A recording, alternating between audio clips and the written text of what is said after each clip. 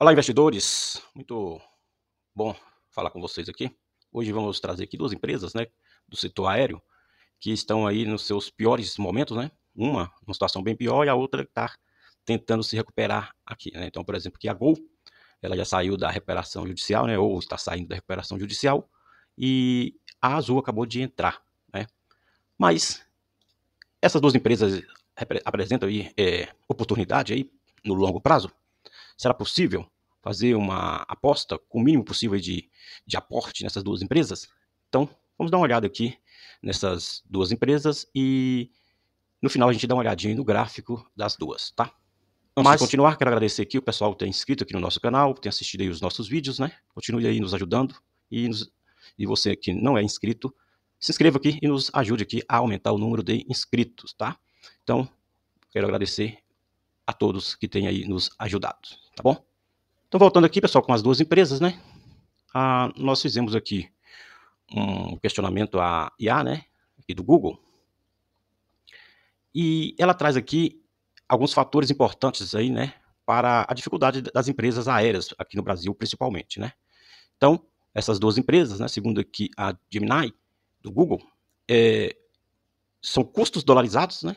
E versus a receita em reais. Então, ela paga custos em dólar, mas sua receita aqui é gerada em reais. E aí tem um descasamento aí entre essas duas moedas. E ele coloca aqui alguns fatores, né, que atrapalham bastante essas duas empresas, né? Então, querosene de aviação, né? Então, o combustível representa aqui uma parcela significativa dos custos, né? Chega aí a ter 40% do custo de uma passagem. Então, o gasto em querosene, né? O leasing de aeronave, né, que é aluguel, né? Então, muitas empresas trabalham aí com aeronaves alugadas, né? E tem que pagar em dólar os aluguéis, né? E uma coisa que é muito forte nessas empresas, né, que é manutenção e reposição de peças. Então, outro fator que são gastos, né, corriqueiros aqui das empresas aéreas, né? Então, esses três fatores aqui é o que está aí na base das dificuldades, né, que uma empresa aérea aí enfrenta. O segundo aqui, o fator colocado também aqui, é a carga tributária elevada e custos regulatórios. Então, essas empresas pagam aí uma carga muito alta aí, tributária, né? E tem custos aí de regulação muito alto, né?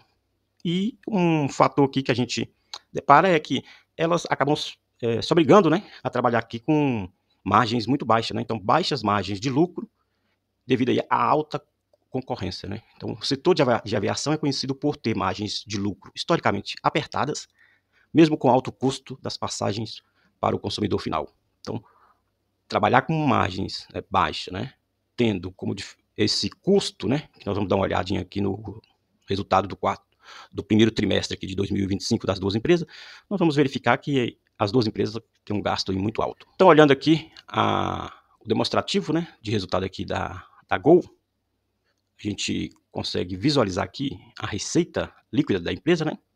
Então, essa receita líquida, ela vem depois aí do gasto, né, que ela tem em vendas das passagens, né? Então, aqui a receita líquida.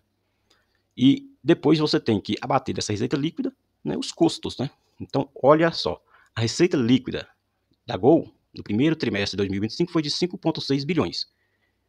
Já o custo, né, total de custos e despesas operacionais foi de 5 bilhões de reais. Então, o custo que ela teve para operar. E isso se deve aqui ao pessoal, né, os funcionários, combustível de aviação. Olha só, combustível de aviação foi 1,5 bilhão. Tarifas e pouso e decolagens, né, que ela tem que pagar. Gastos, isso aqui, ó, tarifas de pouso e decolagem, 295 milhões. Então, gastos com passageiros, né, prestação de serviço, comerciais de publicidade, material de manutenção e reparo, depreciação e amortização, né, isso aqui, qualquer empresa, né, e essas desse setor sofrem mais ainda, né, porque tem uma depreciação muito forte, né, do maquinário da empresa, né, então dos aviões, né, manutenção muito alta, né. Então, isso aqui acaba afetando muito aí o operacional da empresa. E parece que é impossível reduzir esses gastos, né? Então, aqui a receita essa aqui é do líquida total aqui da Azul, no primeiro trimestre de 2025, foi de 5,3 bilhões. O custo e despesas operacionais, né, é parecido com o da Gol. Então, combustível de aviação, 1,5 bilhão. Salários e benefícios, né? Depreciação e amortização, né? Que ela tem mais, acaba nesse setor aqui, depreciação e amortização, ela acaba pagando mais do que a Gol, né? Tarifas aeroportuárias, né? 317,8 milhões. Gastos com passageiros, comerciais e publicidade, manutenção e reparos. Então, aqui mora o problema das empresas aéreas, né? Esses custos são extremamente altos em relação à sua receita líquida, né? E isso faz com que muitas delas acabem apresentando prejuízo e mexe aí com toda a movimentação das ações aí no mercado, né? Então, parece ser uma variável aqui, né? Muito difícil dessas empresas controlar. Um dos remédios aqui seria aumentar mais a passagem. Aí qual o risco da empresa fazer levantar voo sem passageiro, né? Então, tem muita dificuldade aqui dessas empresas trabalhar melhor esses custos e despesas operacionais. Então, vocês verificaram aí, né, que enquanto... tá aí, eu não falei aqui, mas o custo total aqui, né, dessas despesas operacionais aqui da Azul, né, foi de 4,8 bilhões. Então, receita líquida de 5,3 e um gasto aqui total, né, de 4,8 bilhões. Então, o resultado operacional aqui foi de 570,6 milhões aí de reais. Na Azul e na Gol foi aqui de 536 milhões de reais, tá? Foi o seu EBIT, né? Então, o resultado aí operacional. Então, aqui no mês de maio, né, a gente percebe que tem aqui alguns fundos, né, poucos fundos, né, com uma posição bem pequena, né, na Azul, comprado na Azul, né. Então, essa aviação 2, FI Financeiro Ações, BB Top Ações, Índice de Sustentabilidade Empresarial, né, com 0,11%, né. Então, mais uns outros fundos aqui também com uma parcela aí bem baixa aí de comprados aí na Azul. Que na Gol, né, a gente consegue também ver aqui, ó, olhando o mês de maio, né. Então tem dois fundos aqui posicionados somente. Então BB Top Ações Infra, né, e CSHG, que é o outro fundo aqui que está também posicionado aí na empresa, né. São fundos que por obrigação contratual tem que estar posicionado aí em ações do setor. Então acabam ficando aí e entrando aí nessas empresas, mesmo com as dificuldades com que elas estão passando aí, tá? Então, olhamos aqui, antes de olharmos lá o gráfico, a gente vem aqui dar uma olhadinha também nos indicadores da Azul. Então, negativo, o PVP dela, PL dela aqui também de 0,24, mas isso aqui está distorcido em relação à dificuldade da empresa. Então, a gente vê aqui que a margem líquida dela é de 58,76, né? E então tem alguns valores aqui distorcidos, né? PVP negativo, PL negativo, margem líquida negativa, o ROI negativo também.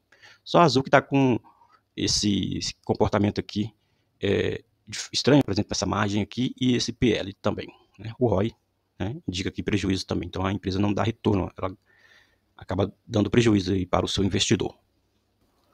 Aqui no gráfico da Azul, né, olhando aqui o período diário, né, da empresa, ela está meio que estagnada aqui, né, próximo de R$1, né, e seria possível arriscar em uma dessas duas empresas, né? Olha a Azul, né? Ela fez esse movimento aqui depois da notícia, né, que ela apresentou a saída da recuperação judicial, né? Então, ela está fazendo aqui um repique, né? Não sabemos se ela vai continuar o movimento aqui para cima ou para baixo, né? São empresas que geram aí então receita alta, mas um gasto aí extremamente alto, né? A Gol não é possível a gente entrar nela através de opções, né? A gente consegue ver aqui apenas pelo opções.net, né? Apenas 2 períodos aqui para opções, de vencimento de opções. Então fica difícil a gente entrar utilizando aí opções nessas empresas, né? Pensando aqui para 1 ano, 2, né? Uma movimentação aí forte para cima dessas duas empresas, né? Porque isso pode acontecer, considerando que é um setor aí com poucas empresas e todas elas com problemas aí extremamente difíceis, né? E precisa de ajuda e o governo de alguma forma vai intervir para evitar que as duas parem de funcionar, porque senão o pessoal não vão viajar, né? Então, agora a Azul a gente consegue ainda pegar aqui algum vencimento aqui, por exemplo, do mês 9, né? Mas a partir do mês 9 já fica difícil de trabalhar também com opções, no mês 9, né, o que vai acontecer com ela nesse período. Então é muito curto esse período aqui para estar fazendo aí uma entrada através desse derivativo. Não tem como você comprar, por exemplo, uma call da Gol, strike 10, se ela está a 1,10, né? Então, pessoal, hoje foi essas duas empresas que a gente pegou para dar uma olhada, né? Se as duas apresentassem aí os derivativos lá, as opções, né?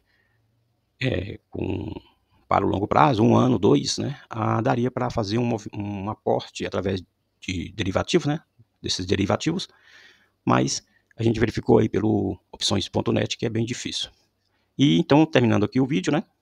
Para fechar aqui, eu quero agradecer mais uma vez aí o pessoal que tem inscrito e que tem nos ajudado aqui a aumentar o número de inscritos. Muito obrigado, continue nos ajudando, um abraço e até o próximo vídeo.